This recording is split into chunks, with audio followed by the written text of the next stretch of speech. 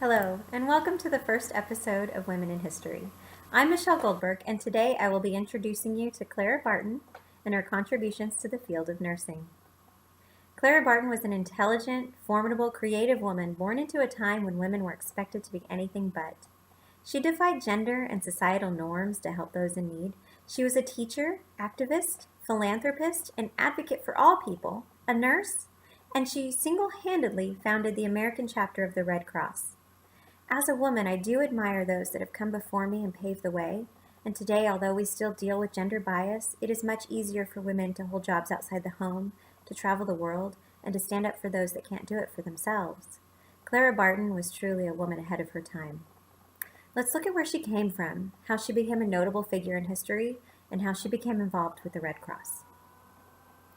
Clarissa Harlow Barton, also known as Clara, was born in Oxford, Massachusetts on Christmas Day in 1821.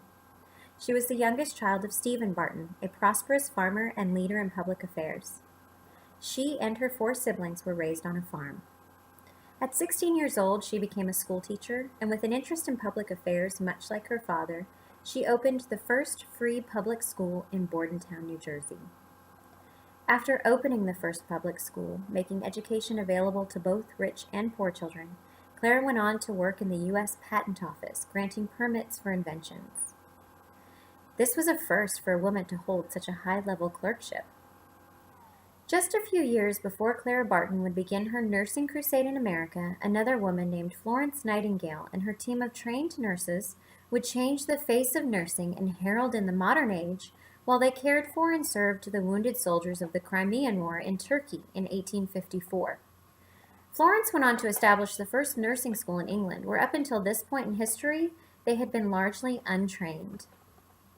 Around this same period, several other notable women helped to make nursing the respected profession it is today. Dorothea Dix, while not a nurse herself, used her education and skills during the Civil War to organize the Union Army hospitals and the collection and distribution of supplies, as well as the teams of nurses. Most notably, Louisa May Alcott, the author of Little Women, served as a nurse under Dorothea Dix during this time. For Clara, once the Civil War began in America in 1861, she was ready to help and volunteered to distribute supplies to wounded soldiers.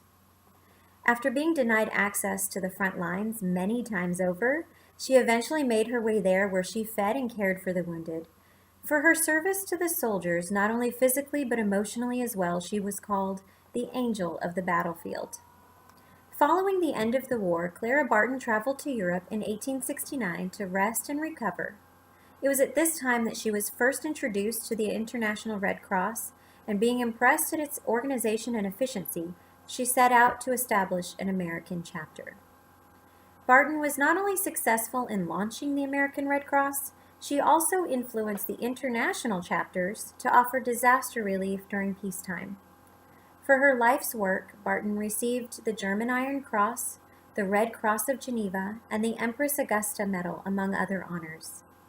Today, the American Red Cross continues to provide services to the American Armed Forces and their families.